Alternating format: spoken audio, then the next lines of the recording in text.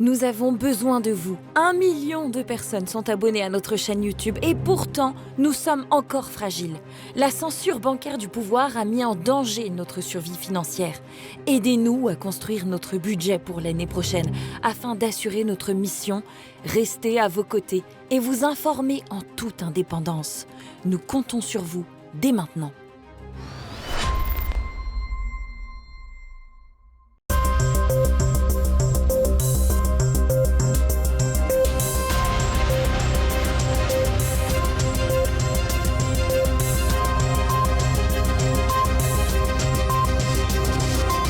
Madame, Monsieur, bonsoir. Je suis ravie de vous retrouver pour cette nouvelle édition. Au programme ce soir, Volodymyr Zelensky à Paris pour sortir du scandale de corruption en Ukraine. Alors que Donald Trump tente de réinstaurer la paix, le président ukrainien est empêtré dans une affaire de détournement de fonds de plusieurs de ses proches. L'occasion de se réfugier aux côtés d'Emmanuel Macron, ravi de l'opération diversion. Nous reviendrons ensuite sur la rencontre entre Viktor Orban et Vladimir Poutine à Moscou. Elle a provoqué la colère de Bruxelles, mais aussi de Varsovie. Et puis nous nous intéresserons à l'opération survie du Premier ministre israélien. Accusé de corruption depuis longtemps, Benjamin Netanyahou demande une grâce pour se relancer dans la bataille électorale. Empêtré dans un scandale de corruption d'État, Volodymyr Zelensky a trouvé refuge à Paris aux côtés d'Emmanuel Macron. Le président français occupe la scène médiatique, feignant d'avoir une influence sur la guerre. Le point tout de suite. Zelensky sent le vent du boulet et se réfugie à Paris. Un peu plus d'une semaine après le plan de paix en 28 points présenté par Donald Trump, le président ukrainien semble soumis à une importante pression pour accepter une sortie de crise rapide. Il a donc été jusqu'à Paris pour la 10e fois depuis l'entrée des troupes russes en Ukraine. Dimanche, les conditions de paix étaient discutées en Floride avec le secrétaire d'État américain Marco Rubio et l'émissaire ukrainien Roustem Umerov. Nous avons décidé de l'avenir de l'Ukraine. Nous avons abordé toutes les questions importantes pour l'Ukraine et le peuple ukrainien, et les États-Unis se sont montrés très coopératifs. Nous avions déjà eu une réunion fructueuse à Genève, et aujourd'hui nous avons poursuivi sur cette lancée. Pour le moment, cette réunion a donc été productive et réussie. Il ne s'agit pas seulement des conditions qui mettront fin au combat, mais aussi des conditions qui permettront à l'Ukraine de connaître une prospérité durable. Nous avons très certainement commencé à jeter les bases de cela à Genève. Nous avons poursuivi ce travail dans nos communications tout au long de la semaine. Je pense que nous avons encore progressé aujourd'hui, mais il nous reste encore du travail. C'est délicat, c'est compliqué, il y a beaucoup de variables, et il y a évidemment une autre partie impliquée ici qui devra faire partie de l'équation, et cela se poursuivra plus tard cette semaine lorsque M. Witkoff se rendra à Moscou, même si nous avons également été en contact à des degrés divers avec la partie russe, mais nous avons également une assez bonne compréhension de leur point de vue. Il reste beaucoup à faire, mais aujourd'hui a été une nouvelle fois une session très productive et réussie, au cours de laquelle je pense que des progrès supplémentaires ont été réalisés. Un nouveau rendez-vous plutôt facile pour les Ukrainiens, Marco Rubio étant sans doute le plus atlantiste parmi les membres de l'entourage de Donald Trump. Dès demain, mardi, une autre fenêtre va s'ouvrir avec la visite de Steve Witkoff à Moscou pour dialoguer avec Vladimir Poutine. Un président russe qui, grâce à l'avantage de ses troupes sur le front, joue avec le temps. Cette dernière année, les troupes de Moscou ont en effet conquis plus de 700 km², presque autant qu'en 2024. De quoi comprendre qu'au-delà des déclarations délirantes des dirigeants européens fâchés avec le réel, les conditions de paix sont avant tout à valider avec Moscou, quoi qu'on en pense. Sans surprise, conscient ou non de cette réalité, Emmanuel Macron se donne une nouvelle fois en spectacle pour se sortir du marasme national dans lequel il est définitivement empêtré. Le président français et son homologue ukrainien, qui doit la survie de son mandat à la guerre, ont donc échangé en fin de matinée afin de faire une déclaration commune en début d'après-midi. Un terrain favorable pour Zelensky qui peine à sortir la tête du scandale de corruption d'État récemment révélé. Pire, les détournements de fonds se sont dangereusement rapprochés de lui avec la démission récente de son chef de cabinet. Le fidèle Andreï Yermak, dont l'ancien comique se disait inséparable, a subi des perquisitions dans l'affaire de corruption massive dans le secteur énergétique ukrainien. De quoi illustrer la proximité des personnes concernées par l'affaire avec Volodymyr Zelensky. Rappelons d'ailleurs que le président ukrainien, certains l'ont oublié, figurait sur les Panama Papers, cette liste de grands noms exilés dans des paradis fiscaux. Il apparaît de plus en plus clair que Donald Trump compte sur cette affaire de corruption pour attendrir Zelensky quant à la signature d'accords de paix. Le président américain a d'ailleurs déclaré que les discussions n'étaient pas faciles, mais que, je cite, « la situation de corruption n'aidait pas ». C'est donc toujours à Washington et Moscou que les grandes lignes se dessinent, bien loin des gesticulations parisiennes ou bruxelloises. D'ailleurs, les ministres de la Défense de l'UE étaient réunis ce lundi en présence de leur homologue ukrainien Denis Shmyhal, ainsi que la secrétaire adjointe de l'OTAN Redmila Shekerinska. Sans surprise, au-delà de la guerre en Ukraine, c'était avant tout l'occasion de discuter des dépenses de défense qui serviront d'excuse aux finances désastreuses des pays de l'UE, à commencer par la France. Kaja Kallas, la chef de la diplomatie européenne, qui n'existe pas, a déclaré que la semaine serait cruciale pour l'Ukraine, laissant donc imaginer que ce ne serait pas le cas. En effet, petit à petit, le malheur en Ukraine est devenu une diversion facile pour les dirigeants à la dérive, tenter de faire durer la guerre pour retarder leur chute politique à l'échelle nationale. Viktor Orban fait encore enrager les euromondialistes en se rendant à Moscou pour rencontrer Vladimir Poutine. Au-delà de l'approvisionnement de la Hongrie, Orban essaie également de négocier le rachat des entreprises détenues par les Russes dans le domaine énergétique qui sont désormais sous sanctions américaines. Le décryptage de Nicolas de Lamberterie. Comme souvent, le Premier ministre hongrois Viktor Orban ne fait pas comme les autres. En rendant une visite éclair à Vladimir Poutine ce vendredi, Orban a suscité la colère de la plupart des dirigeants européens qui lui reprochent d'y être allé sans même avoir daigné le signaler à ses collègues, pour ne pas dire quémander l'autorisation de le faire. Officiellement, selon les communications publiques, l'objectif de cette réunion était de discuter sur les futurs approvisionnements énergétiques de la Hongrie auprès des Russes, dans le contexte particulier où l'Union européenne a annoncé l'interdiction d'importer de l'énergie russe à l'horizon 2027. Une décision que la Hongrie, mais aussi la Slovaquie contestent, étant donné qu'elle a été adoptée à la majorité qualifiée dans un cadre que Bratislava et Budapest estiment non conforme aux traités européens. Contrairement à ce qui est souvent dit dans la presse mainstream, la Hongrie s'est efforcée de diversifier ses approvisionnements en passant des accords notamment avec les Américains ou avec l'Azerbaïdjan, mais les réalités géographiques et les délais extrêmement longs de construction d'infrastructures alternatives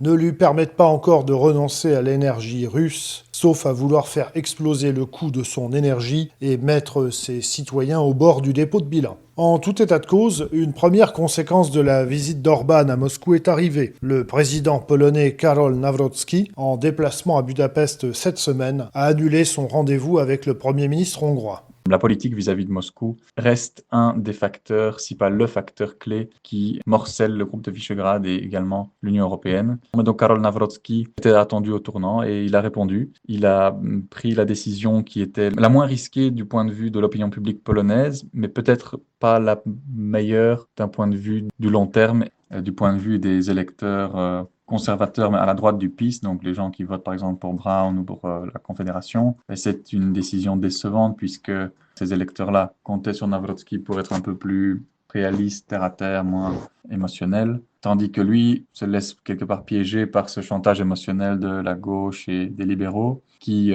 jouent la carte Poutine à tout va. Je pense en effet qu'on peut dire cette histoire de Russie, ça reste ce qui empêche le groupe de Visegrad de parler d'une seule voix. C'est pas prêt de changer dans les prochains mois. Mais en réalité, il est assez peu probable que l'échange privé, qui a tout de même duré 4 heures, entre Vladimir Poutine et Viktor Orban, n'ait porté que sur les approvisionnements énergétiques de la Hongrie. En effet, un autre sujet de discussion, beaucoup plus tendu, entre Orban et Poutine a été discrètement confirmé, celui du rachat des parts russes dans les entreprises qui opèrent dans le domaine énergétique dans les Balkans, en particulier dans les raffineries. En effet, depuis que le président américain Donald Trump a pris des sanctions contre la Russie dans le domaine énergétique, un certain nombre de raffineries détenues par des capitaux russes dans les Balkans se retrouvent dans une situation délicate.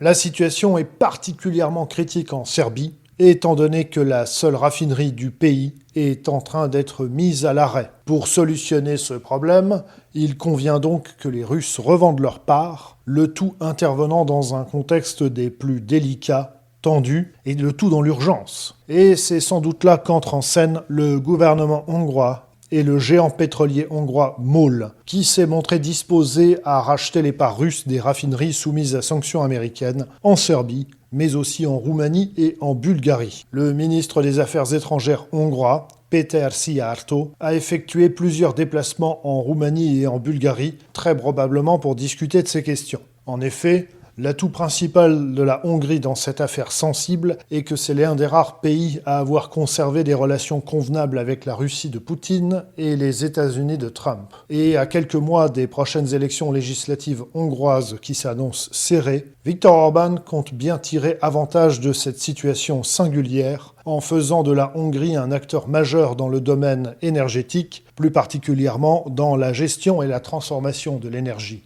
Et tant pis si cela fait grincer des dents à Bruxelles, à Berlin ou même à Varsovie. Netanyahou joue sa survie. Suspecté de corruption, le chef du gouvernement israélien réclame une grâce présidentielle invoquant le soutien américain et faisant valoir la situation sécuritaire du pays. Les explications d'Olivier Frère-Jacques. Mes avocats ont déposé aujourd'hui une demande de grâce auprès du président. J'espère que tous ceux qui placent le bien du pays au-dessus de tout soutiendront cette démarche. Dimanche, Benjamin Netanyahou, confronté à un procès pour corruption qui menace son avenir politique depuis près d'une décennie, a lancé une offensive audacieuse pour consolider son pouvoir. En effet, le Premier ministre israélien a officiellement demandé une grâce présidentielle à Isaac Herzog, arguant que les poursuites judiciaires divisent la nation et détournent l'attention des défis sécuritaires cruciaux. Pour donner de la densité à sa demande, le chef de gouvernement israélien a invoqué une démarche poussée par le principal allié de son pays, les États-Unis, et surtout de son soutien vital, le président Donald Trump. J'ai tenu compte des appels répétés du président Trump au président de l'État.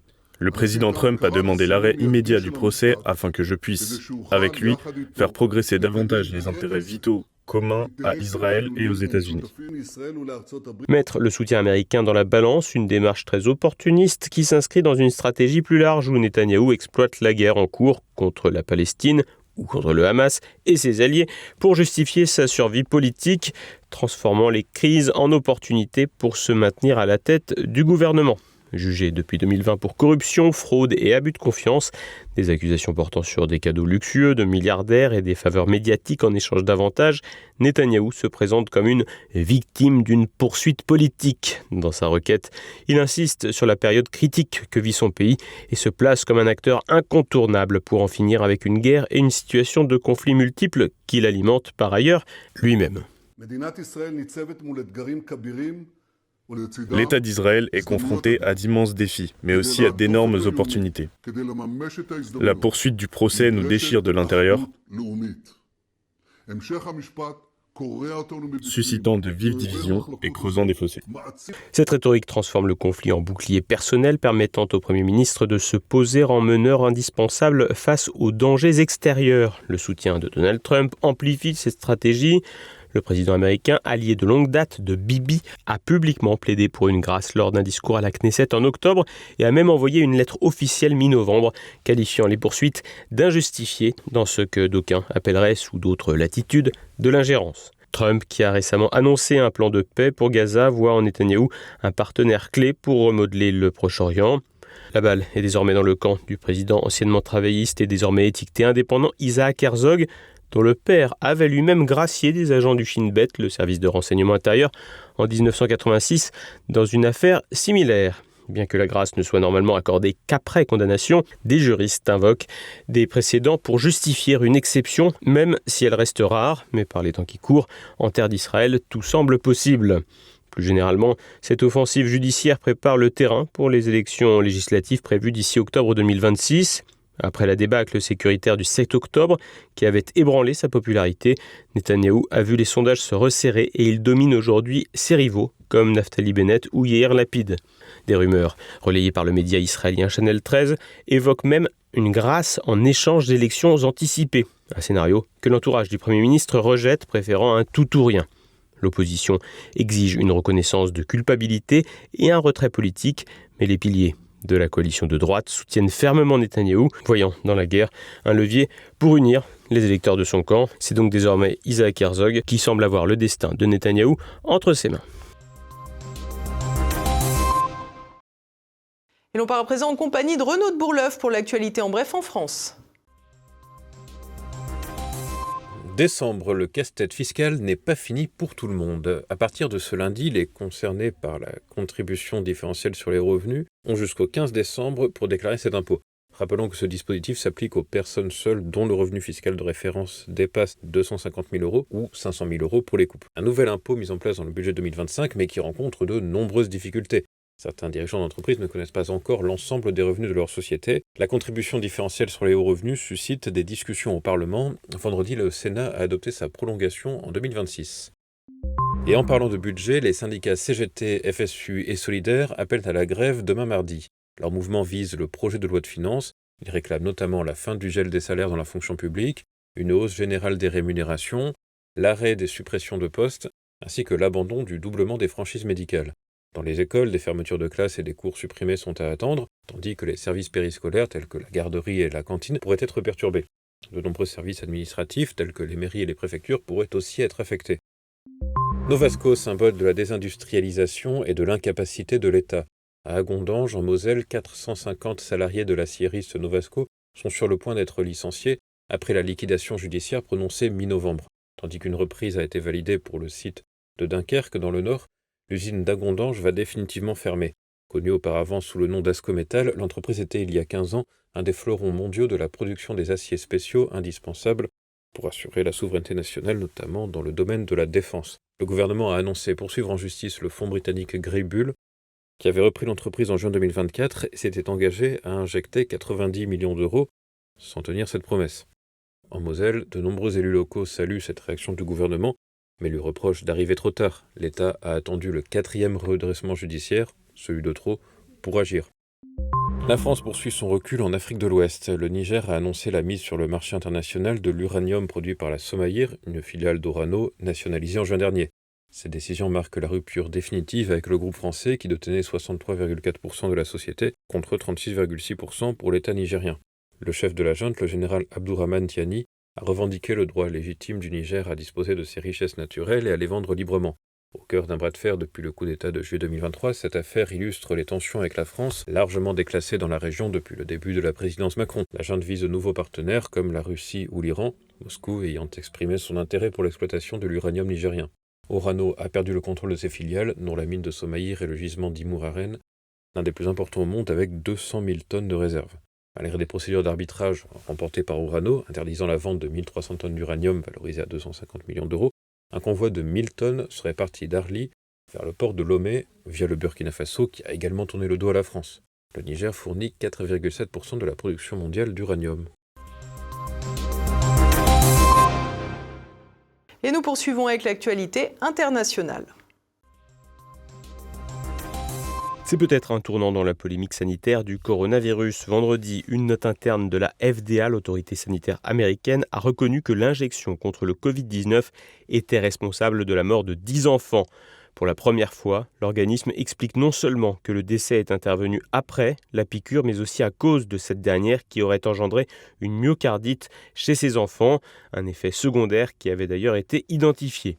La note ne révèle pas le ou les laboratoires concernés. Toutefois, il semble que l'on puisse voir les premiers effets de l'arrivée de Robert Kennedy Jr. à la tête de la santé américaine. Rappelons que le Covid-19 est peu dangereux pour les enfants et que l'incitation à les vacciner avec un produit peu sûr, voire dangereux, faisait largement pencher la balance du côté des risques et non des bénéfices, sauf pour les laboratoires. Reste à savoir si cette note ouvrira la voie à de grandes révélations mondiales. Un coup de bigot qui n'arrange pas tout. Les tensions entre les États-Unis et le Venezuela restent extrêmement fortes malgré un appel téléphonique entre Donald Trump et Nicolás Maduro. Le président américain a confirmé la conversation sans en révéler le contenu, la qualifiant simplement d'échange neutre. Washington accuse Caracas d'être un narco-État impliqué dans le trafic de drogue inondant les États-Unis et a déployé des forces militaires en mer des Caraïbes depuis septembre, incluant un porte-avions. Maduro dénonce une agression visant à s'emparer des vastes réserves pétrolières vénézuéliennes les plus importantes au monde et a appelé l'OPEP à l'aider dans une lettre. Les États-Unis ont fermé l'espace aérien vénézuélien et mené des frappes contre plus de 20 navires, tuant au moins 83 personnes sans preuve formelle de trafic. Un sénateur républicain a révélé une offre américaine pour le moins taquine, prévoyant que Maduro quitte le pays vers la Russie ou ailleurs. Au pouvoir depuis 2013 et réélu en 2024, le président vénézuélien fait face à une opposition encouragée par les États-Unis avec notamment María Corina Machado, devenue bien opportunément Nobel de la paix en 2025. Le service militaire plébiscité, et non, ce n'est pas en France, mais chez nos voisins helvètes. Les Suisses ont en effet massivement rejeté à 84% des voix l'initiative pour un service civique obligatoire remplaçant le service militaire actuel, lors d'une votation le 30 novembre avec 43% de participation. Le gouvernement et le Parlement avaient d'ailleurs appelé à voter contre. Les promoteurs visaient l'égalité entre les sexes, arguant que le système actuel discrimine les femmes en les excluant des réseaux et expériences militaires. Le ministre de la Défense, Martin Pfister, a confirmé que les femmes conservent la possibilité de s'engager volontairement dans le service militaire ou civil. Ce débat reflète des interrogations semblables en Europe sur l'association de la population à la défense nationale. Dans le cas de la Suisse, le débat sur la défense est d'autant plus large que de plus en plus de voix s'élèvent pour en finir avec la neutralité du pays dans un contexte de guerre en Ukraine. Un pape diplomate prudent mais expressif. Dimanche, le souverain pontife est arrivé au Liban pour la seconde partie de son voyage oriental. Du 27 au 30 novembre, il était en Turquie pour le 1700e anniversaire du concile de Nicée à l'origine du Credo. Ce fut l'occasion pour le pape Léon XIV d'évoquer, je cite, « le courageux témoignage chrétien du peuple arménien au cours des siècles, souvent lors de circonstances tragiques », une manière d'évoquer le génocide sans employer explicitement le mot. Il a aussi échangé avec le président Recep Tayyip Erdogan, l'appelant au respect de la liberté de culte de la minorité chrétienne. Son arrivée au Liban, pays plurireligieux, était vivement attendue par les chrétiens. Le pape a par ailleurs évoqué les circonstances très complexes, conflictuelles et incertaines, félicitant, je cite, « ceux qui osent rester ». Et voilà, c'est déjà la fin de cette édition. Dès à présent, retrouvez Politique et Écho. Pierre Bergerot reçoit l'économiste Philippe Murer pour faire un grand reset du macronisme. Dans le camp souverainiste auquel vous appartenez, comment voyez-vous évoluer les choses ? Parce que vous voulez une union des souverainistes. Ouais, je me bats depuis 5 ans pour ça. Les chapelles souverainistes sont éclatées entre M. Philippot, M. Asselineau, Dupont-Aignan, vous en êtes, éventuellement aussi M. Jean-Frédéric Poisson, et d'autres. Tout à fait. Des souverainistes de gauche aussi. Oui, qui sont... Loïc Chéniaud, bon, c'est pas un parti, mais... C'est beaucoup plus petit, quoi, effectivement. Et puis, mais la logique, oui, c'est de s'unir parce qu'on a 36% des gens qui veulent la sortie de l'Union européenne, et sans doute maintenant on est à 40%. Et on fait 1%. Pourquoi est-ce qu'on fait 1% ou 2% aux élections ? Parce qu'on n'est pas unis. Et à partir du moment où on n'est pas unis, on ne montre pas notre amour de la France, notre désintéressement. Et puis, les gens votent utile. Demain mardi, à partir de 7h, découvrez un nouveau Zoom avec Richard Desèze pour présenter son ouvrage Parisien en exil, une satire sur le confinement. C'est à présent la fin de cette édition. Merci à tous pour votre fidélité. Rendez-vous demain, même lieu, même heure. En attendant, portez-vous bien. Bonsoir.